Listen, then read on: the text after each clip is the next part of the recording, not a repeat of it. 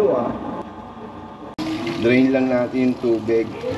Lagyan natin sa wallet, mantika, konti lang. Siyempre, unang-una sa lahat, bawang. Sibuyas na puti. Kung ano lang yung meron sa amin sa rep, kagaya ng giniling, yan lang yung available. Durugin natin namin giniling. Kaya medyo matigas yan kasi galing sa freezer. Hindi na lang may alamang pa akong available na sa rep. Bantuan lang natin siya ng konting tubig para hindi na sasumili sa kawali. Ilagay na natin yung ating pinagsamang puso ng saging at langka. Kulay violet siya. Pag pumalpak to, di okay lang. Pero tingin ko naman hindi.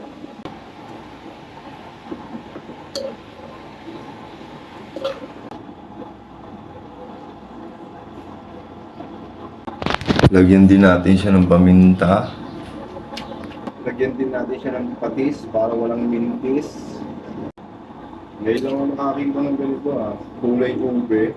Lagay na lang muna natin yung ating pangalawang gata. Pagka kinulang niya, babantuan lang natin yan ng konting tubig hanggang sa lumambot yung gulay. Lagyan natin siya ng konting asukal para balance yung kalat niya. Lagyan din natin siya ng konting pampalasa. Haluin lang natin siya para lumasa. Lagyan din natin siya ng konting suka para hindi siya basta-basta magpapanis.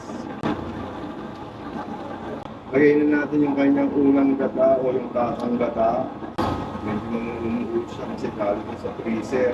Sa haluin na natin yung mga haluin, walang tigil lang halo. Sakto lang yung gata niya. Kaya mas maganda sana, mas marami. Tapos lagyan lang natin siya ng dalawang sili. Pampakulay lang. Pinagsamang puso ng saging at langka. Tara, tikman na natin. Pinagsamang puso ng saging at langka.